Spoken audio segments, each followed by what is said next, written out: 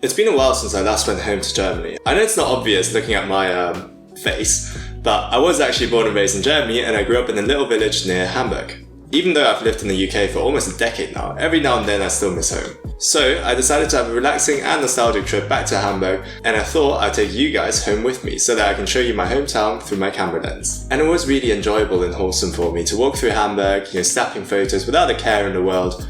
What could go wrong? Come on, come on, come on. Please be somewhere around here. Was ist passiert? Looks like that guy's fishing. Oh, he's trying to fish for money. I don't know if you can see, there's a little thing with loads of coins there. I don't know what you call it, like a metal thing where people can throw coins onto. And he's trying to get those coins with this little magnet of his. Darf ich? Machen Sie das regelmäßig? Geht doch nicht regelmäßig, alle 6 Monate. Alle 6 Monate? Sonst geht er doch nicht. Da kommt ja nun kein Geld zusammen. Aber guck mal. Lohnt sich das? Quatsch, Mensch. Drauf. Nur Spaß dann, oder wie? Guck mal, heute schönes Wetter. Alle Weiber wollen meine Telefonnummer haben. Hey, ich bin ein Fotograf. Könnte ich vielleicht ein Porträt von Ihnen machen? Ich liebe das Outfit, ich liebe das Metall-Penny-Angel-Ding. Alles. Also, ich würde mich gerne hier kurz hinstellen. So, und wenn du mal richtig... Super. Ah, die Sonne ist hinter Ihnen. Können wir vielleicht einmal kurz dahin? Geht das? Super. Danke. Super, vielen Dank. That's good. Okay. Little do they know, I actually want them to walk into my frame because now I can get a cute couple silhouette holding hands. Yeah, the portrait didn't work out that well as well because of how harsh the sunlight is. When you take a photo of someone's face, there's just loads of shadows, which isn't ideal. You usually want a more mellowed out light. So if there was like an overcast day and there was loads of clouds in the sky, that would actually be ideal for a portrait because then you have a nice, like, even light. But on the flip side, when there's really harsh light contrast like here right now, you can kind of get creative and you can play around with sort of shadows and the contrast in general. Philharmonie English. Oh, it's the Elbe Philharmonic Concert Hall. Philharmonic Concert Hall, that is a mouthful, you know. But this is basically a building that took the German government, or the Hamburg government, I guess, like 50 million years to build with loads of delays and people thought it was never going to get done. However, in recent years it was finally completed and look at that, it is stunning and it was certainly worth the wait. And I'm going to make full use of that now and try and get some cool pictures of it. I'm going to do the same that I did earlier with the newspaper building. I'm going to try and use this bridge to kind of fence my shot. Because basically if the sky, aka the background's already a bit underwhelming, all I can do is try and maybe introduce layers through the foreground and then make the shot a bit more interesting that way. Honestly, this is super nice. If you're ever looking to do some traveling in Germany, highly recommend coming to Hamburg. Not just because I'm from here, but because I genuinely think it's a really cool place to explore. For some reason I quite like the look of this like street lamp, and I'm trying to line it up so it frames the Philharmonic Concert Hall quite nicely. Perfectly parallel, boom. Love the pink coat. A leafy spot that I'm going to use just to frame the concert hall a bit. There we go. Might be my shot for this building. Get a little corner shot. I'm going to need to start a collection of cool like corner shots because I've seen that reel before where you basically line them all up and flash through them really fast. I think that looks really cool. This bridge also looks kind of cool. Ooh, wait, that's so cool. That wall in the background's doing bits. Quite like the shadows on that bridge over there. Try and grab a shot. It would be quite cool if maybe someone walked down there. Do always like a good light contrast, light dark contrast. And we're in this lovely little park, but that is not my actual destination. My destination is that church over there. I'm not 100% sure if it's open. I assume that it is because it's Sunday and I think that's when people go to church. The interior of the church looked really nice when I saw it online. Boom. What I'm going to do is I'm going to switch over to my wide angle and we're going to go inside the Michel Michel? Yeah, I guess the Michael Church. From what I've seen online, it does look pretty stunning.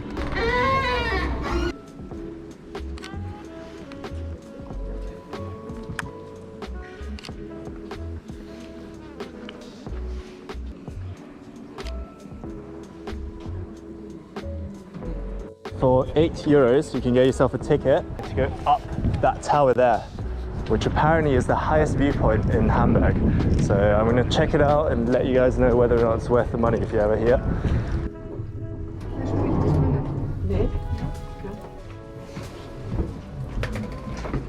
Whoa. Oh, this looks awesome. Okay, yeah, fair enough. The view's quite stunning. I don't regret paying to get up here.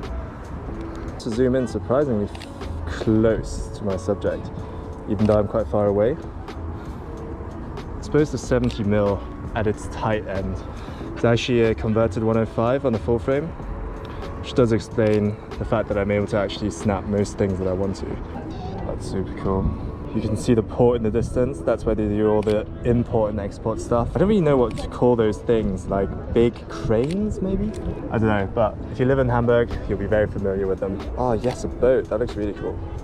So I actually want to take a close-up of the concert hall. However, I don't have my telephoto with me, so what I'm going to do instead is I'm just going to use my Samsung because it has a native 10x zoom, which allows me to go super close to the actual concert hall all the way from here, which is kind of ridiculous that my phone has actually got a better zoom lens than my actual camera at the moment. In terms of photography, the Samsung phone is the best for me just because I love telephoto photography. And just like you saw just now, sometimes the phone is actually allowing me to take photos that I'm unable to with my camera. I don't even think my Tamron 70-300 lens is able to zoom in as far as the Samsung can. But look at this, crazy zoom capabilities. Okay, it is golden hour. I'm just waiting for the sun to set a little bit more to grab some shots of the concert hall. I'm seeing a couple of cool silhouettes here. This is quite a cool effect. Maybe this person with their legs kind of crossed because the tree is like foreground. And ideally there would be like a couple hugging or something, but let me set up quickly. Got my last battery. Always make sure you bring multiple drone batteries because they go very quick. So I've got my trusted friend, the DJI Mini 2 here. Make sure I'm screen recording for the content. So I'm gonna fly to the right and at the same time pan to the left. Get this kind of orbiting effect. Ooh, what is going on here? Remote controller signal loss. Yo, what's going on? Please tell me I'm not losing my drone now. All right. Go home. Where is my drone? What's going on? Right, so by the looks of it, my controller is no longer connected to my drone, which is extremely worrying. So I'm going to try and get closer to it by simply walking over there. This hasn't happened before, so I don't really know how to deal with this. I hope I haven't lost my drone, because that would be pretty fucked. Come on. Please don't fall into the water. I have to restart the controller. Oh my god. Okay, I think the drone is somewhere hovering over here. At least I hope it's still in the air. Please be somewhere around here. Going back to the initial home point, unfortunately the drone did not magically fly back home. The aircraft is still not connected to the remote control, so I think it's safe to assume that I've lost my drone and all the footage I had from today. That's so annoying. I'm just gonna sit here on this bench and sulk. Yeah, I don't really know if there's anything I can do in this situation. By now it's been like 15 minutes. I reckon the drone's died and fallen into the water. This is why for your first drone, you buy a relatively cheap one. I bought a used DJI Mini 2 because I thought that something like this might happen. But now that it's happened, I'm pretty annoyed.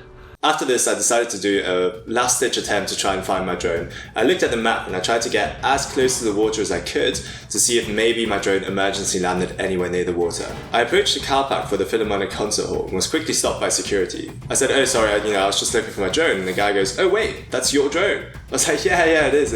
And he's like, "Okay, sweet, just stay here, the police are already coming." I was like, "What?" So I'm just awkwardly standing there and the security guard calls these two people over. Glas vor Autotür kaputt gemacht. Jetzt muss beantworten. Was ist passiert? Ist das seine Drohne? Ja. Ja, ist auf mein Auto geflogen. Oh nein, scheiße. Ja, das ist meine Schuld, dass du da musst. Tut mir furchtbar leid. Thankfully, we were able to sort everything privately and didn't need to get the authorities involved, so I'm very, very thankful for that. I was really relieved that it was only a car that got damaged and not, for example, a person, which is good because I made sure to stay away from crowds as I was flying the drone. It was obviously unfortunate that I crashed into the building, but as a rule that I've been using and also will continue using going forward is to stay away from crowds as much as you can, because you never know when an accident like this might happen. And at the end of all this, the security guard's like, hey, do you want your drone back? I was like, yeah, amazing. And at this point in time, I didn't know what the state of my drone would be. And he goes into the office and comes back out and is like, oh, do you have a bag? I was like, what do I need a bag for? Oh, okay. Ich wusste nicht, dass die so schlimm aussieht. Alles klar. Ach du Scheiße. So lots of things happened in the past hour, and I've got some good news, and I've got some bad news, and I've got some good news again. So the good news are, my drone did not land in the water as I initially thought. The bad news is it actually crashed against the concert hall and then fell onto someone's car. So I'm gonna have to pay for that damage. Then some more good news, the SD card is intact, so I haven't actually lost any of my footage. I think, I haven't tested it yet. And more bad news is my drone looks like this. It is completely and utterly broken. I don't know with what kind of force it like fucking flew against the wall, but it is obviously no longer usable. But I do have the SD card. I was able to retrieve that, thankfully. So hopefully at least I'll have my shots from today. Could have been a lot worse. It's pretty shit that this happened anyway, but yeah, happy about the SD card at least. And that's basically how I lost my drone. It was about £400 for the DJI Mini 2 and about £1,000 for the windshield, which was crazy. With £1,500 down the drain and a broken drone, I don't even know if the shot was worth it, to be honest. While I'm sad to have lost my trusted companion, I'm glad that no one was seriously hurt besides my wallet, and that I managed to enjoy my time with my drone while I still had it.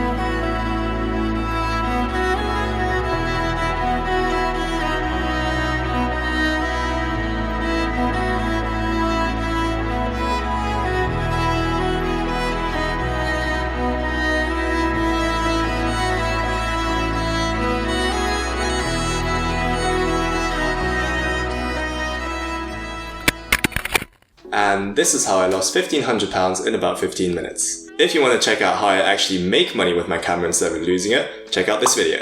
And if you like the whole Germany photography thing, check out my Berlin video, which I did a while back as well. Thank you for watching, I hope you enjoyed it, and see you next time.